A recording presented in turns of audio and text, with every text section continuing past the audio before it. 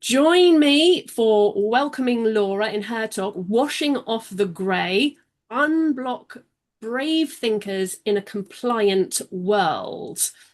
If you walk into any boardroom or HR office all over the land, you will hear the same things being said of our young graduates and young career staff. They're brilliant on paper, people are saying, but when we get them into the workplace and we ask them to take a risk, they completely freeze. And when we ask them to be creative, they start scribbling to try and find the rule book. And it is so frustrating. I don't completely understand when we want them to hit the ground running and contribute, which of course we know they want to as well. And we often call this the skills gap, or I have heard it referred to as they need constant spoon feeding. Also understand that. However, I think that we're looking at it through the wrong end of the telescope. If you think about it in a wider picture, those children and young people who are now the young adults have just completed a rigorous 14-year training program through school that teaches them how to stop doing exactly what you need of them in the workplace.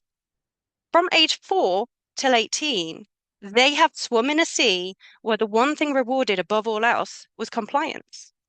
I see young young adults even who were scared to put their hand up and say that their pen has run out because they know they'll get a behavior point and they don't want the results of that.